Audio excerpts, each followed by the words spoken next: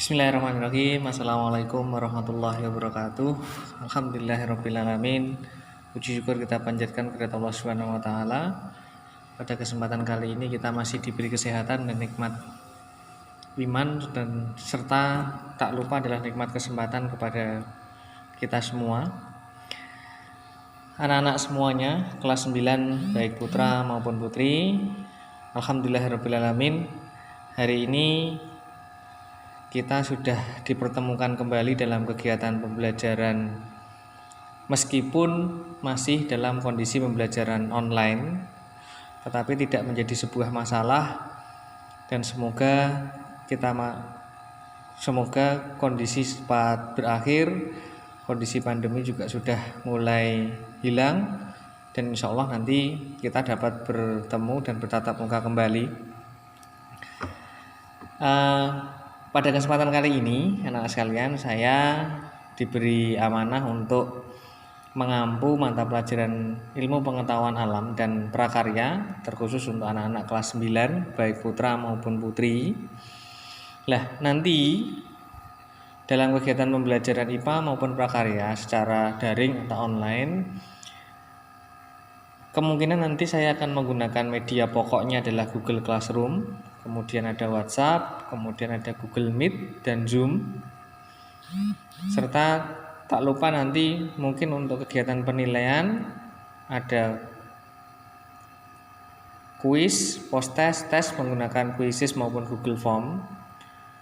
Di penilaian juga nanti akan saya tambahkan kaitannya dengan penilaian kehadiran, keaktifan, serta ketepatan waktu dalam hal pengumpulan tugas. Itu kurang lebih demikian anak sekalian. Jadi nanti untuk pembelajaran IPA nanti tak lupa nanti mungkin saya juga akan update video di YouTube nanti untuk pembelajaran IPA seperti itu. Kemudian berikutnya untuk mata pelajaran IPA pada pertemuan di semester 1 ini, untuk pelajaran IPA di semester 1 ini nanti kita akan mempelajari beberapa bab. Yang pertama ada reproduksi pada manusia, kemudian yang kedua ada reproduksi pada hewan dan tumbuhan, yang ketiga nanti ada hereditas atau nanti pewarisan sifat, yang keempat nanti ada kelistrikan, dan yang kelima adalah kemagnetan. Nanti ada 5 bab itu nanti di semester 1 kurang lebih, dan harapannya mudah-mudahan nanti kita bisa menyelesaikan semua itu dalam kondisi yang tuntas dan paham. Untuk yang bab pertama, kita masuk di mata pelajaran IPA di pengetahuan alam. Kita bicara tentang bab reproduksi pada manusia. Pokok materi pada bab reproduksi manusia itu yang pertama kita nanti akan mempelajari tentang organ reproduksi, baik organ reproduksi pria, organ reproduksi wanita, termasuk juga nanti proses pembentukan sperma pada laki-laki dan ovum pada perempuan yang kita kenal dengan istilah spermatogenesis dan oogenesis. Yang kedua, nanti kita akan mempelajari tentang menstruasi, baik dari siklus menstruasi, hormon apa saja yang berperan dalam menstruasi. Dan yang terakhir di bab 1 ini, bab reproduksi manusia, nanti kita bicara tentang penyakit organ reproduksi, jenis-jenis penyakitnya apa saja. Nanti kita akan bahas tentang itu. Pada pertemuan pertama ini nanti kita akan bicara tentang organ-organ reproduksi pada manusia. Mengapa kita perlu mempelajari ini? Tujuannya adalah kita biar paham tentang organ-organ kita, organ reproduksi bagi yang laki-laki maupun yang bagi yang perempuan, yang nantinya keduanya tujuannya adalah kita bisa menjaga kesehatan organ reproduksi kita. Tujuan utamanya sih itu, agar nanti kita terjaga semuanya. Kita masuk yang pertama, masuk di organ reproduksi pada pria. Anak sekalian, untuk organ reproduksi pada pria nanti dibagi menjadi 2. Ada yang bagian luar, itu nanti istilahnya kita sebut penis dan skrotum. Yang kedua ada organ bagian dalam yang kita sebut dengan testis. Nanti ada saluran pengeluaran serta nanti ada kelenjar kelamin. Kemudian yang pertama, kita mempelajari tentang organ reproduksi pada pria. Berikut organ reproduksi pada pria. Yang pertama, itu ada namanya skrotum, saya sebut tadi. Bagian luar ini namanya skrotum. Kemudian nanti bagian luar ini juga bagian luar, itu namanya penis. Nah, kalau yang bagian berikutnya ada yang namanya kelenjar kelamin. Kelenjar kelamin itu ada kelenjar prostat, kelenjar Cowperry, kemudian ada vesicula seminalis.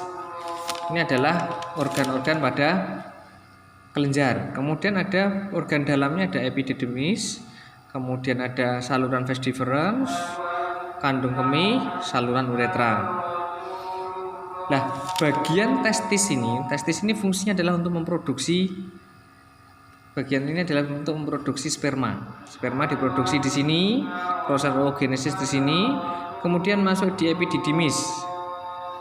Di epididymis fungsinya adalah untuk menyimpan sperma sementara. Setelah disimpan sementara, kemudian nanti dia masuk lewat di saluran vas deferens. Vas deferens itu fungsinya adalah menyalurkan dari epididymis menuju ke bagian uretra. Kemudian di dalam vas deferens ini nanti ada vesicula seminalis, kelenjar vesicula seminalis, ada kelenjar prostat, ada kelenjar Cowperry. Kelenjar vesicula seminalis ini nanti dia mengandung fruktosa, kemudian bahan-bahan lain yang fungsinya adalah memberi nutrisi pada sperma. Jadi fungsinya adalah untuk memberi nutrisi pada sperma. Kalau kelenjar prostat fungsinya untuk apa? Untuk dia penghasil basa yang menetralkan sperma. Di sperma itu agak asam, kemudian dinetralkan supaya dengan basa yang mengeluarkan kelenjar menghasilkan basa. Sedangkan kalau kelenjar Cowperry yang bentuknya seperti kacang, ini fungsinya adalah penghasil cairan pelicin. Kemudian kalau kandung kemih ini sebagai tempat penyimpan air kencing. Kalau uretra ini adalah saluran untuk mengeluarkan sperma.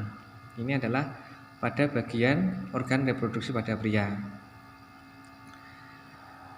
Yang kedua, kalau organ reproduksi pada wanita bagaimana? Pada organ reproduksi pada wanita itu secara umum terbagi menjadi ada vagina, serviks, ovarium, kemudian ada uterus, kemudian ada endometrium, kemudian ada oviduk. Secara umum seperti itu. Kita mulai dari yang pertama dulu, ovarium. Ovarium ini adalah tempat terjadinya oogenesis atau pembentukan sel telur. Nah, ini di sini di ovarium. Nah, di sini sel telur ketika sudah matang dia keluar. Ini keluar lewat oviduk. Oviduk apa istilahnya juga tuba Fallopi. Nah, tuba Fallopi atau oviduk ini adalah tempat bertemunya sel telur dengan sperma, atau kita sebut istilahnya adalah fertilisasi atau pembuahan. Di sini. Nah, kemudian ada bagian lain yaitu namanya endometrium. Endometrium ini adalah dinding rahim. Dinding rahim itu fungsinya adalah untuk ketika terjadi pembuahan, maka di sini adalah menebal, fungsinya untuk perkembangan janin. Nah, di sini endometrium itu merupakan dinding rahim yang ketika tidak terjadi pembuahan, maka dinding rahim ini akan luruh, yang kita sebut dengan istilahnya menstruasi. Di sini ada endometrium yang luruh. Nah, bagian di sini total di sini keseluruhan itu disebut dengan uterus atau badan uterus. Ini otot dalamnya ada otot uterus. Kita kenal uterus atau istilah lainnya adalah rahim. Fungsinya adalah untuk perkembangan janin. Kemudian kalau ini bagian vagina, ini adalah fungsinya adalah untuk tempat penetrasi sperma atau tempat ya istilahnya untuk ke penetrasi sperma ya. Nanti di sini ini di bagian vagina atau bagian organ reproduksi wanita yang bagian luar. Ya, itulah bagian-bagian organ reproduksi pada wanita dan pria secara umum. Jadi pada wanita ini ada bagiannya, ada oviduk, endometrium, kemudian serviks, ada vagina. ovarium terutama. Kemudian kalau yang pria ada penis, testis, skrotum, epididymis, dan kelenjar-kelenjar yang lain. Nah, ya, demikian ini tadi penjelasan penjelasan tentang organ reproduksi pada manusia. Untuk selanjutnya, agar lebih paham, silahkan dipelajari modul yang saya berikan. Kemudian jika sudah, silahkan coba kerjakan kuis yang telah disediakan di Google Form. Terima kasih atas perhatian anak-anak. Saya ucapkan billahi taufiq wal hidayah. Wassalamualaikum warahmatullahi wabarakatuh.